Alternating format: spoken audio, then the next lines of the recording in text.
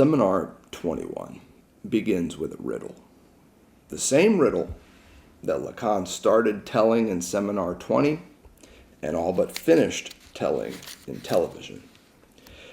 It's a riddle about knowledge versus meaning, specifically unconscious knowledge versus lexical, linguistic meaning. More broadly, if you ask me is the best way to construe this one, it's a riddle about the difference between la langue and language. As we learned in our series on Seminar 20, la langue is the acoustic, sonic, paralinguistic dimension of language use, spelled with a D-I-T at the front of that mention. It's what words and phrases sound like. Not what they mean, but simply what they sound like when spoken aloud. And it's far more vast than any dictionary in existence with all of its lexical meanings. Right? Right. Right what? Write this down. Let this be your rite of passage. Which passage? In Seminar 21? Indeed. Who's on first? Right, right, right. The dictionary can tell you their different meanings, but it cannot speak to their identical sound. Their phonemic identity, as Lacan puts it at the start of Seminar 21, exceeds the enciphered lexical linguistic parameters of the dictionary, with all of its conventional, widely accepted definitions.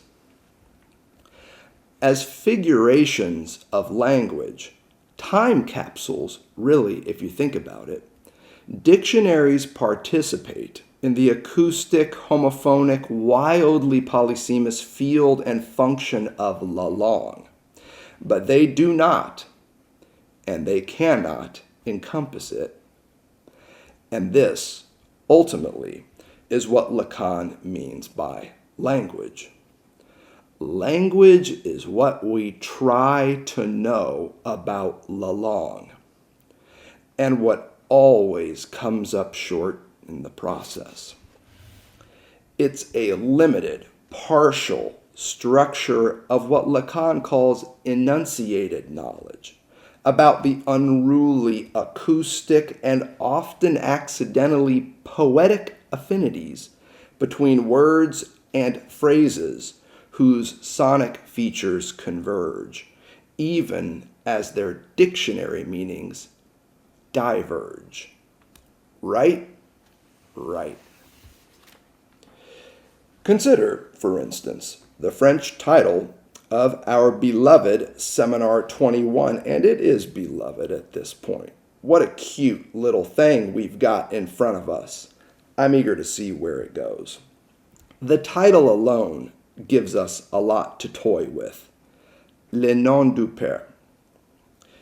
We'll take it word for word in a moment, just as Lacan eventually does in the opening lessons. But to start, let's hear this title all at once, Le nom du père.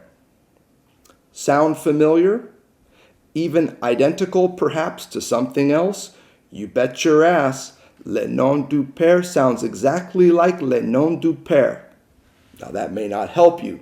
Let's spell it out. In French, the non-duped sounds exactly like the names of the Father. That's la langue for you. Le nom du père sounds exactly like le nom du père. The first translating the title of Seminar 21 as the non-duped or error, and the second giving us a translation of Lacan's the names of the Father, les noms du Père. That is how la langue works at the level of sonic, phonemic identity. But in the realm of language, it's different. In the realm of language, with all of its written, enciphered dictionary meanings, these two French phrases, le nom du père, le nom du père, have little in common. But in the wider, wilder, windier, phonemic field of la langue, which is established and sustained by embodied vocal acts of speaking like the one you're hearing right now, these phrases are indistinguishable. So let's be categorical right at the start of our series on Seminar 21. Where our eyes see difference, our ears hear identity. This is the difference between language and la langue.